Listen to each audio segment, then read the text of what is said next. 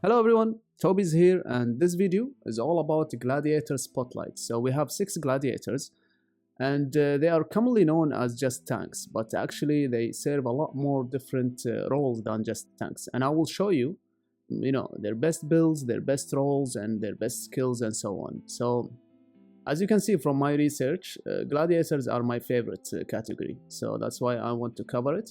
And for the research, obviously you want to max everything, but let me focus on the most important ones. In my opinion, tier 7 is actually very important, which increase the magic resist and make them immune to crowd control the first 30 seconds. So first 30 seconds they will do their thing, they will not be controlled.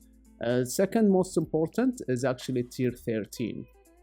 You can read the rest. I mean, most of them, they are good, but tier 13 provide what? Reduce physical damage and increase the attack of gladiator heroes by 30% when their health is above 50, and increase their evade chance by 30 when their health is below 50. That's what helps them become more tanky. And tier 14 is not a must, but I like the whole stat thing, and this make them siphon health, life steal kind of thing, leeching health. I'm working on tier 15 now, but it's not really a big deal. Let's see, what is it? Yeah, this makes them heal when they get attacked. I think it's also important, but there are many different, we all know research is a nightmare, and there are many important things. But tier 16, in my opinion, you should go the first. Tier 16 is gladiators, because increasing 5 levels is massive. So we have 6 gladiators. Let me go one by one and go into highlighting them in depth. So the first one is Rufio.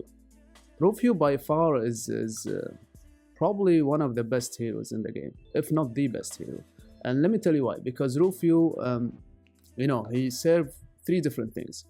He crowd control the backlines, he assassinates heroes, and he slay dragons. And if not just slay dragon, he procs the dragon. For me, that's how I use Rufio, proccing the dragon, and then I can tag after. But this guy, what makes dragon procs very early in the game. So this is the best build you can go with. Don't try to go anything fancy. This is the best build to go with. The main this is the common gladiator craftable set, which increase damage against massive units by 200%. And that's massive unit is dragon, any singular unit like trees and all of that, but mainly dragon.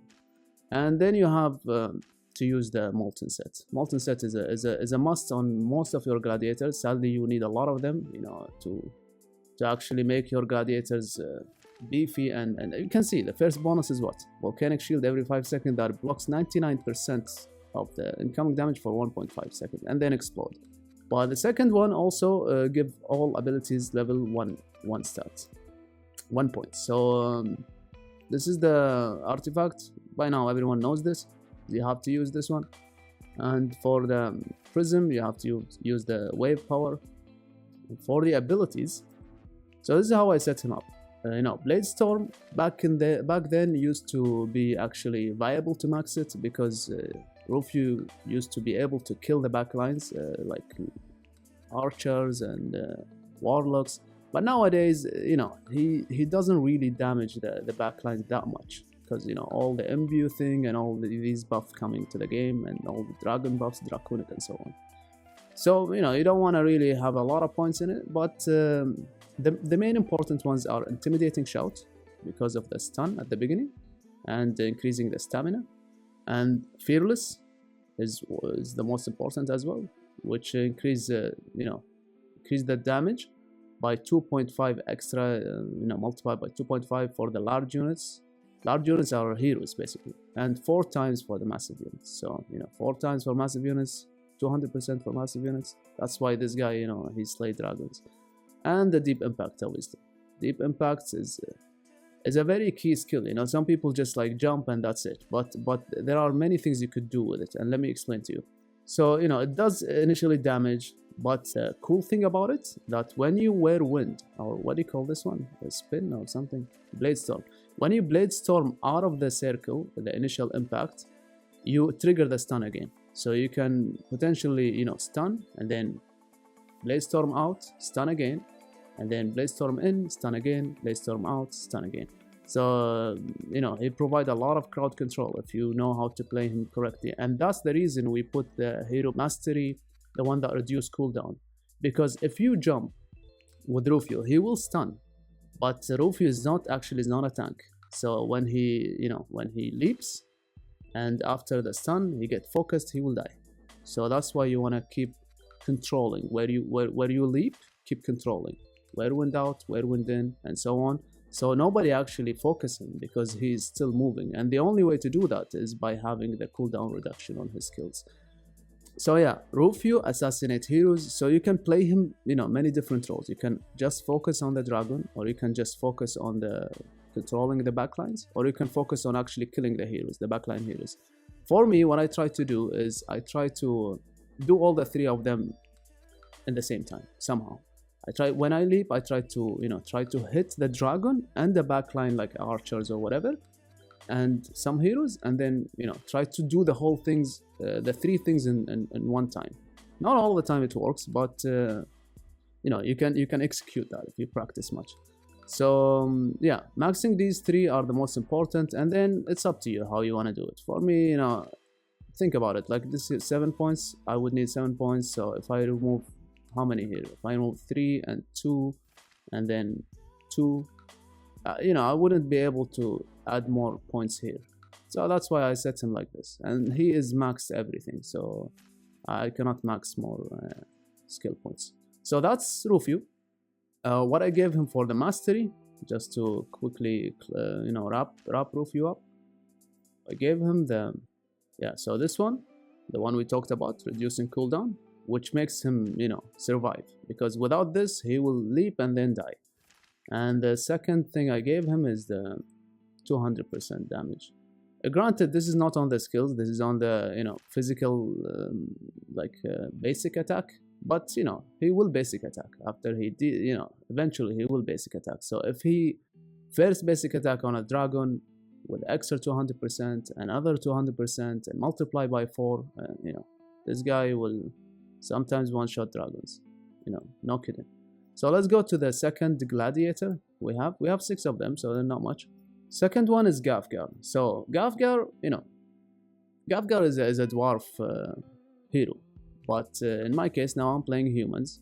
I still use him because, as you can see, my research is maxed, almost maxed on the gladiators. So it's only logical to capitalize on what you have, the strong points. And actually, you know, Gafgar tanks good. So the way I try to run him is actually like evade reducer kind of thing. Because let me see, you know, I had the full molten set on him, but then coming to think of it, look at his abilities. I actually don't need any of these abilities as a human player. I really don't need any of them. I just need the last one, which increase by 95%. If you remove the extra points, like 4 out of 4, it will be 90%. But I think the 5% makes a difference. So what I decided to do is just give him this chest, you know, just to give it extra skill, and that opened a room for me to open extra trinket.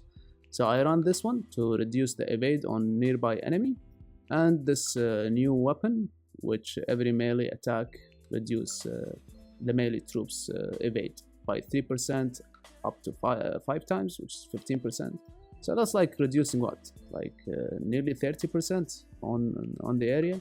And you know, he's really flexible to use whatever artifact you want. I use a flute, I like. And yeah, not much really. If you're not playing dwarf, not much really to talk about, but I run him like this. And I don't think I have any mastery on him, but he actually tanks good. Sometimes I see him tanking like 300 million or 200 million. It's decent. Let's go to the third gladiator, Denji. I call him the MVP, and there is a reason. See, Denji is mostly, you know, he's not commonly known as a tank, but believe it or not, Denji is actually one of the best tanks in the game. And I know you don't believe me, but I will show you, and you will believe me after, basically. So this is how I like to run him. Obviously, having the molten set is important, and I like this dragon set because 35% mitigation damage is good. So the way this guy can see, this guy run 2 roles. He can really tanks good, and I will show you how. and this guy provide cutting through. So if you want to, cut through a side, you will not see his big numbers in the damage meter, but actually what he does is he reduce all the armor and shred all the armor for your backline to do the damage. So how do I say this? Like, you don't see the impact on the charts, but this guy does a lot. The other role is if Denji goes to the backline and you have the ultimate activated, he will just obliterate everything. So this guy is no joke. And this is the artifact I like to run on him. Some people run different things, but this is what I like to run on him, because that what makes him tanky. And here melee attack gains crippling effect that causes targets to deal 50% less damage and lose 5% health per second for 3 seconds. That's 15% health. And attacking make him heals and all of that. This makes him tanky. And the prism that I run on him is actually this one, Overwhelm. Health and attack plus 35%. When attacking, deals an additional 35% if the target's current health is lower than the bearer's health, and reduce damage taken by 26 if the target's current health is lower. So 100% they will be lower health, because look at this guy's stats, 14 million HP. And abilities, I think this is the most one of the most important is shredding the armor by 47%, dealing extra attack. Deflect is okay, and if you can put more points, it's not possible actually, but if you 70% is decent enough. And this one is whatever, you don't need it. So these I think maxing these 3 is a must, because the ultimate you want to max it, and powerful physique you want to max it for the bonus might. For me, I like stat, stat matters for me. So this is how I build him.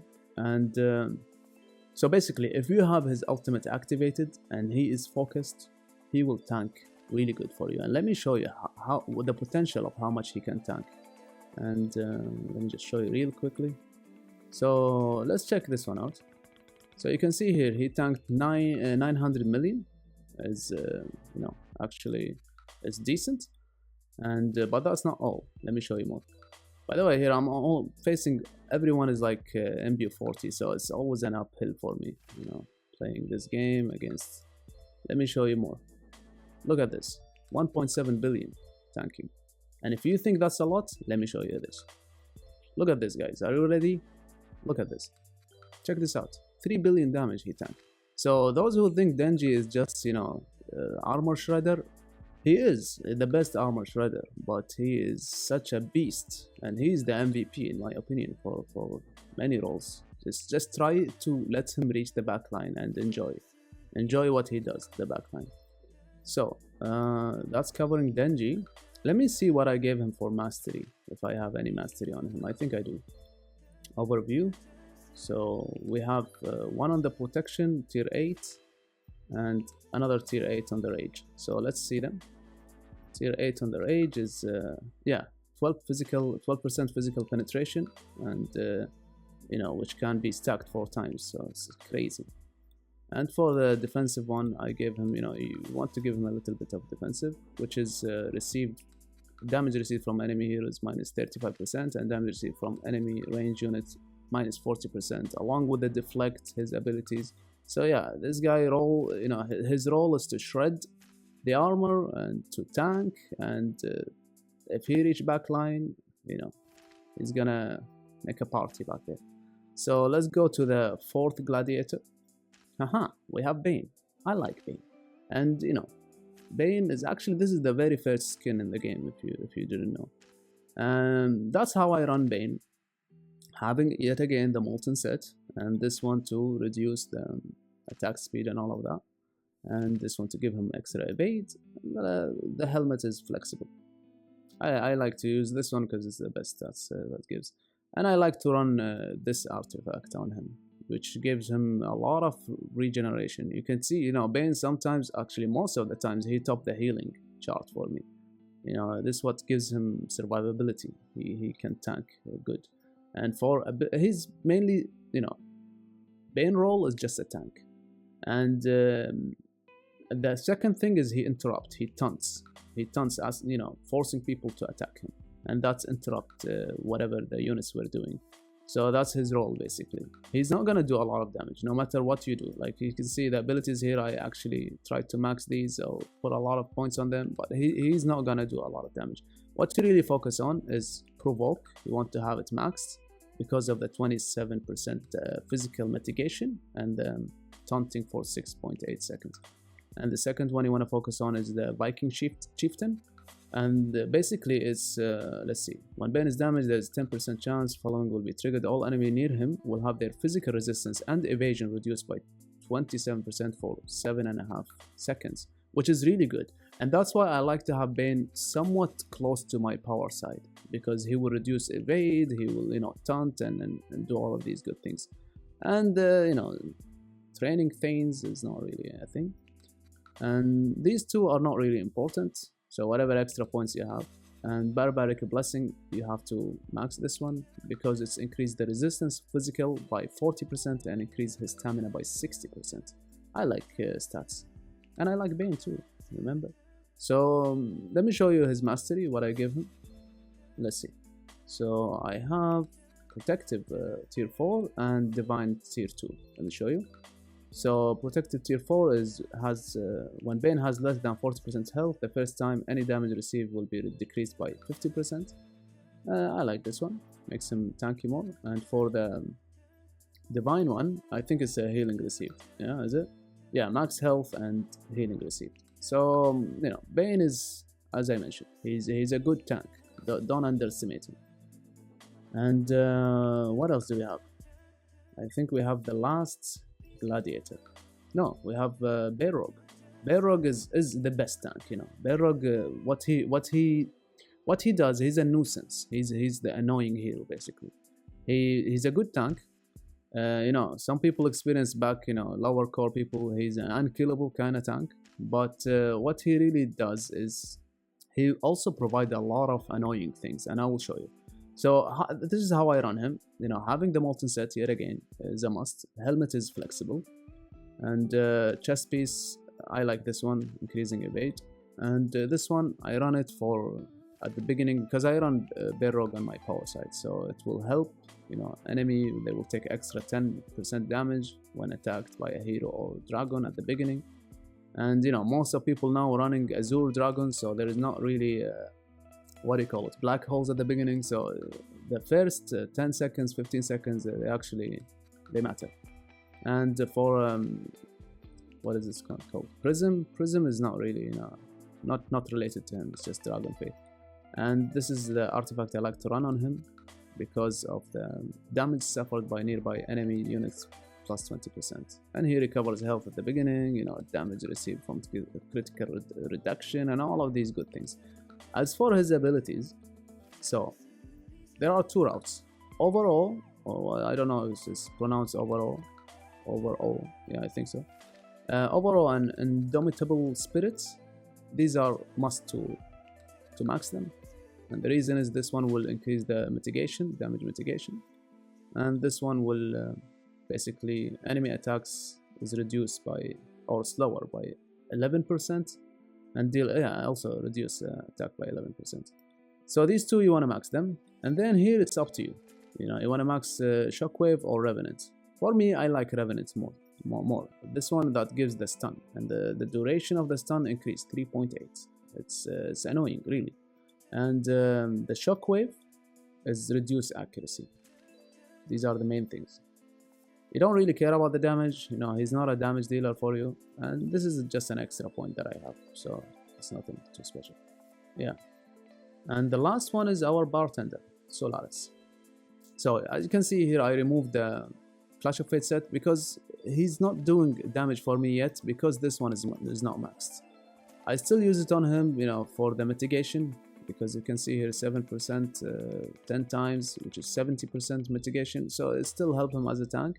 I've seen some people, you know, actually run this one on Ophidia and then give the Poison Codex book to Fenris, and then I don't know who they give the Ring of Ragnar and all of these things, but I like this way. I like to keep him like this. So yet again, you need a Molten Set on him. These three are flexible. I'm running this one not for the crit because I'm actually stacking Might right now. so might as well get some crit with him. So he does like some million damage, like 20 million, 50 million, 30 million damage, but I don't rely on him as a damage dealer. You can also mirror him, and have him and two of him. He will survive for 13 seconds no matter what because of his abilities. So you can mirror him, you can actually give him the cape if you want to tag, ensure that this guy will not die for a long time.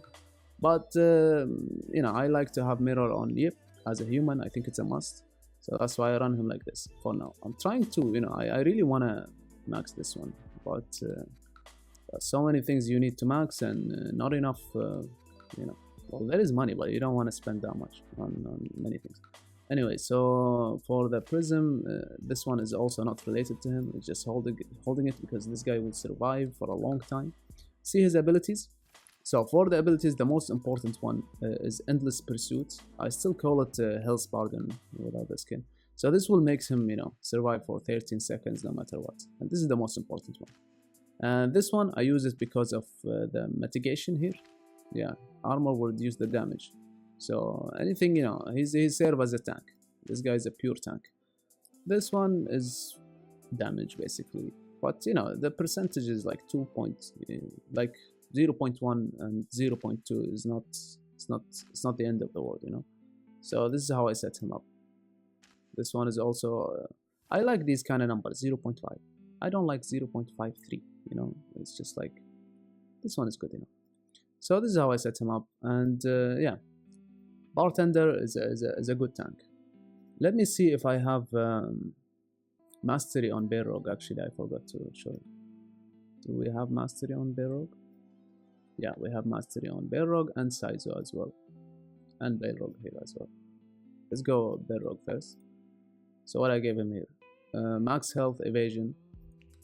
Fairly common sense. And this one. For the first 30 seconds of the battle, Beerug restore 5 health. So 5 health with the shield, 8 health percentage, that's 13% per second. He will not die at the beginning, very difficult to kill Beerug at the beginning. And then for why you want to make him survive at the beginning, because you want him to build up his I don't know what is this called, the totem thing, because if the totem thing is not built up max, he will not revive. So you want to build up those 5 things above his head, and once they are maxed, he will revive if he dies. So that's why it's important to have some regeneration at the beginning. And for Solaris, I gave him something here. What is it? Yeah, every 10 seconds shoots an icy mist that increase their evasion by 30% and reduce the attack speed of all surrounding enemies. I have Solaris on my stall side, so it only makes sense to reduce attack speed of nearby enemies and all of that. Keep in mind, some people, they don't run like their power side is actually heroes and all of that, so it's good. It's good to reduce the nearby enemies attack by 50%. It's good. So yeah, guys, this is what I have to show you about the Gladiators. And as I said, don't underestimate. Gladiators are not just tanks. They serve many different roles, and in my opinion, these are the bread and butter for you. For you cannot really PvP without really good gladiators, especially if you're let's say if you're a dwarf, you need gladiators to run. Like any race actually, you need the gladiators. They are the most important things. Like you can compensate the damage with your troops, but nothing can compare to having really good gladiators. As I mentioned, they serve many different roles. It's not just tank. And yeah, guys, this should do it for the Gladiator section, but make sure to write #giveaway to participate in the Toby Nation incoming wheel. And I still get a lot of questions, how do I participate and all that. Guys, watch the announcement video and it should be clear. So yeah, guys, this should do it for the video. Until next time, see ya.